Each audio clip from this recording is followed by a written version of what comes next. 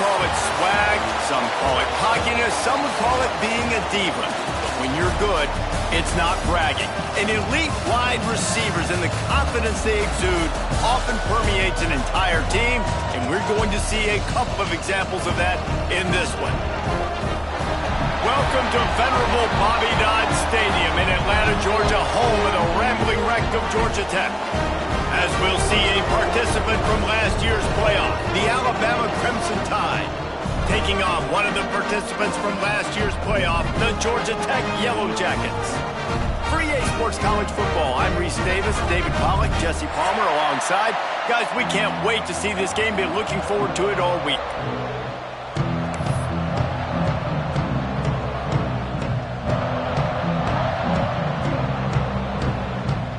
And the Yellow Jackets' long wait is coming to an end as they'll put a foot to it and the season will get underway.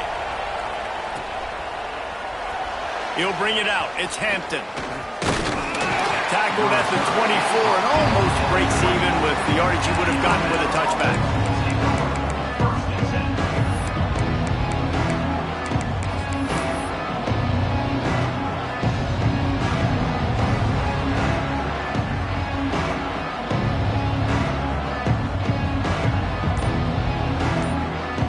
The offense will have to use its first timeout of the half.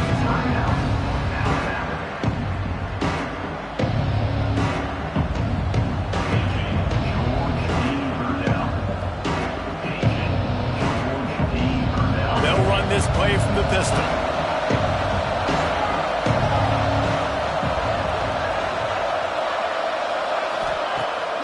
Off the play fake on first down to throw. Put it where only his man could get it and gave him enough room to get the foot down. I love the play call. First play of the game, there's no mystery. We're going to get one of our best players the football right now and let you know about it. Awesome job. They'll try the right side. And he'll pick up one. It brings up 2nd and 9. Let's talk about Alabama. What does the top 5 ranking mean for week 1? Optimism, hope, maybe, David, an excuse for the other team's fans to rush the field if they knock you off. Well, it means, first of all, absolutely nothing, because preseason rankings don't show up anywhere at the end of the season, but it means this team is talented. It means they're thought of highly. They got to go earn it, Jesse, and it starts today, but the talent obviously is all over the field. The number in the preseason rankings means absolutely nothing. You saw Florida State recently start in the top 10. They won 2 games by the end of the year. So you've got to go earn it. Yes, you're talented. Yes, a lot of eyeballs are going to be watching you and people are really excited. You've got an opportunity to do things really that are special this season, but you've got to earn it on the field. The Crimson Tide need just a few inches here on 3rd down.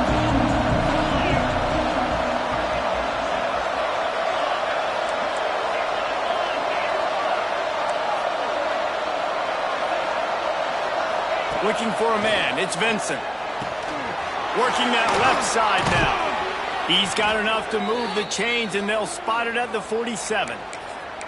3rd down, a lot of times it comes down to not necessarily who's the most open, who do you trust the most? No, it's not about the X's and the O's. It's about the Jimmies and the Joes. And when my guy's better than you and I get you matched up out wide, and I know I trust you, I'm finding you.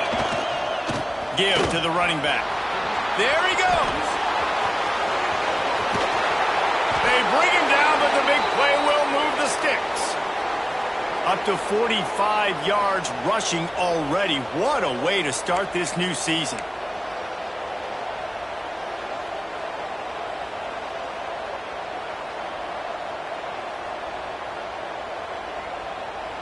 The Crimson Tide rolled to that last first down on the ground. Let's see if they go right back to the run. Here comes the option. He'll toss it. He's pulled down after a tough run, gets it to the 6.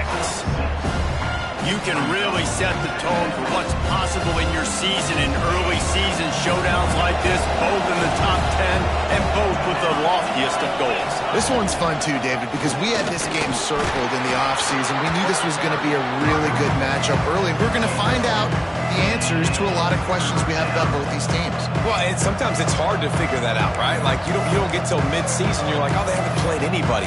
Out the gates, 2 top 10 teams. We get to find out really quickly who's legit.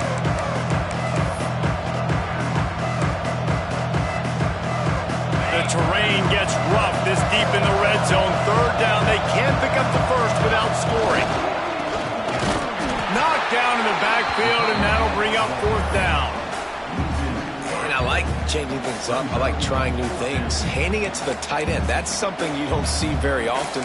A little creativity. Now, it was negativity in the end, but I like the creative thought process of trying to get somebody else the football. This offense has moved into plus territory, and they want to keep the heat on. They'll go for it on 4th down. He'll try to throw and pick up the 1st down. How about that defense rising up and stopping him short on 4th down? Hey, you come out early in the game, you're trying to send a message to your team that you're confident, you believe in them to convert these 4th downs. You didn't get that one, but don't let it be a detriment moving forward. If you want to stay aggressive, be that way throughout the course of the game. The Yellow Jackets are backed up. They can feel the shadow of their own goalpost and trying to create some room. They'll try the run. How about that defense getting back there? He'll lose a couple. And, man, it's nice to have a guy that is just better than your guys. And no matter what play you call, man, how about him getting in the backfield quick, penetrating, using his quickness, and using his strength to get him to the ground? That is a baller.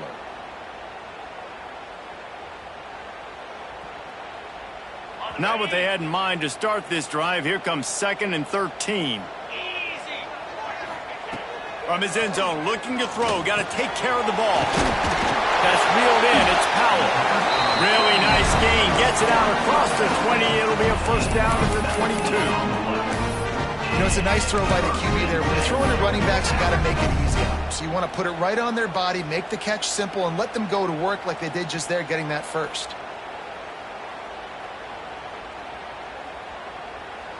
On 1st down from their own 22. Use the play fake, now to throw. Here's the pressure. And as he throws, working a little foot magic on the sidelines, and it'll be enough for the 1st down. Listen, if you're a defender, you gave up the completion, and that stinks. You don't want to do that. You don't want to give up yards. But if you do, you want to take a chunk out of the quarterback's hiney. Great job hitting him right in the mouth. And the Yellow Jackets will line it up on 1st and 10. Motion from the wide receiver. To the air, it's Bryant. Gets it out quickly. Right midfield, he's got room. And he's brought down after a nice gain. Good job by the receiver there, not to run into coverage, but to find a spot that the quarterback can throw him the ball. Yeah, on those types of routes, Reese, they say if you're looking, you're booking. So if that's man coverage, the receiver's staring at the quarterback all the way across the field. That time, the receiver didn't give the quarterback his eyes, so they were on the same page. They both knew it was zone, and they executed that perfectly.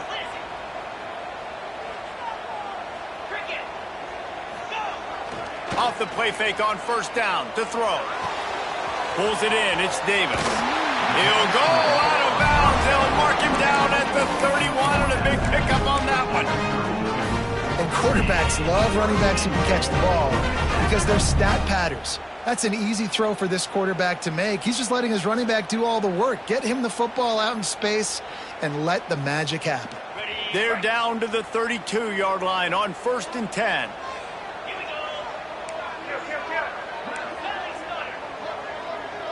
He might want another play. Wants to throw again. Fires to the wideout. And the physical play there forces the incompletion on 1st down. This defense has a lot of speed, especially in the secondary, and you saw that speed. That defender got to that receiver so quick, and because of the hit, incomplete pass. What will they dial up on 2nd and a long way to go? They'll move the tight end. The give out of the gun. Snowed under right at the line of scrimmage for no gain on the play. Well, you love to see that from the defense, right? It's like bend, don't break. They've given up a bunch of plays on this drive, but now that they're getting down close to field goal range, you're seeing them start to stiffen up there. Yeah, and plays don't matter anymore. Yards don't matter. All that matters with these defenses nowadays is points and limiting them. It'll be 3rd and long. To the air. It's Bryant. Going for it all. Touchdown, Yellow Jackets!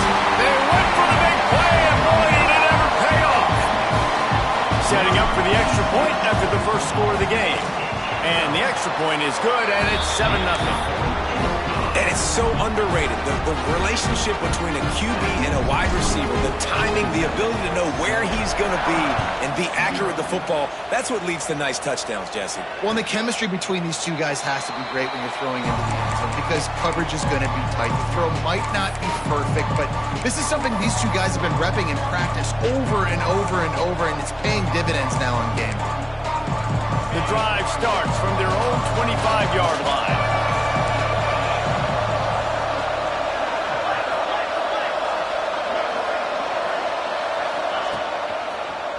They try to pop a run on the draw.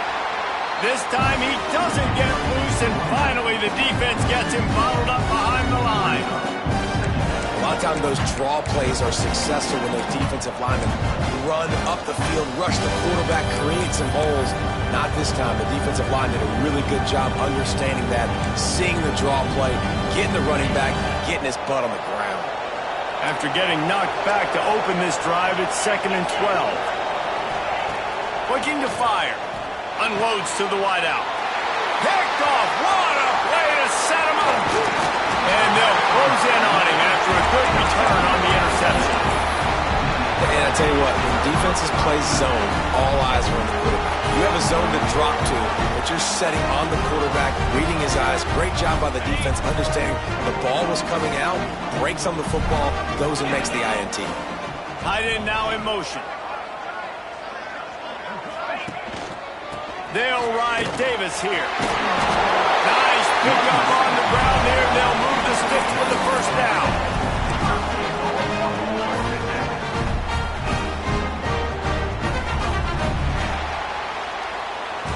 That's the end of the period, and Georgia Tech has the lead. And we've come to the end of the first as we take a moment to check out the stats so far. Now to see if these guys can get back in the game in the second quarter.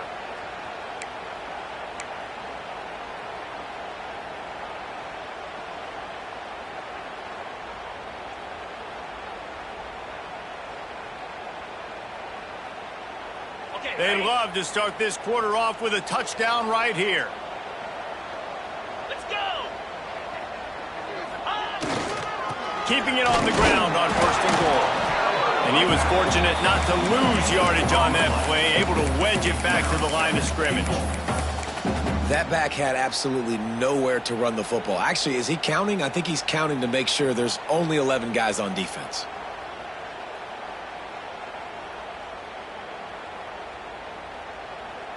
Defense rose up deep in its own end on that last play. Now a 2nd and long coming. To the air, it's Bryant. Trying to find the end zone. And he'll take it in and house it. Touchdown, Georgia Tech. Yeah, and now this offense building that lead. It's still the first half, but I tell you what, shown some glimpses of why they could become a really, really good offense. Listen, you go into halftime, more of the same, right? Continue to do what you're doing, take care of the football. This offense has looked really good in the first half.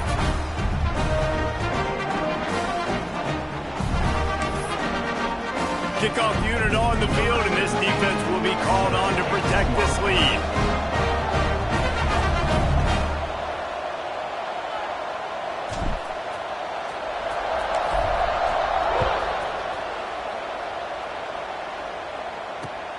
On the run from inside his own 5. He only needs a sliver of daylight. Got a little room. He's going to get loose. They won't get him. It's a touchdown. He is a field-flipping machine. Take it on one end, return it to the other. And now you get to celebrate. What a beautiful job. We always talk about defense. We always talk about offense. But, man, when your special teams come through for you and score, it is huge, and it provides such a boost for the crowd. We check in with Kevin Connors. What's going on, Kevin? All right, guys, got a final score on one of the more intriguing games this week. Akron overcame a sloppy start and just put the finishing touches on a notable road win. And to pick yourself up and dust yourself off away from InfoCision Stadium, these Zips got to be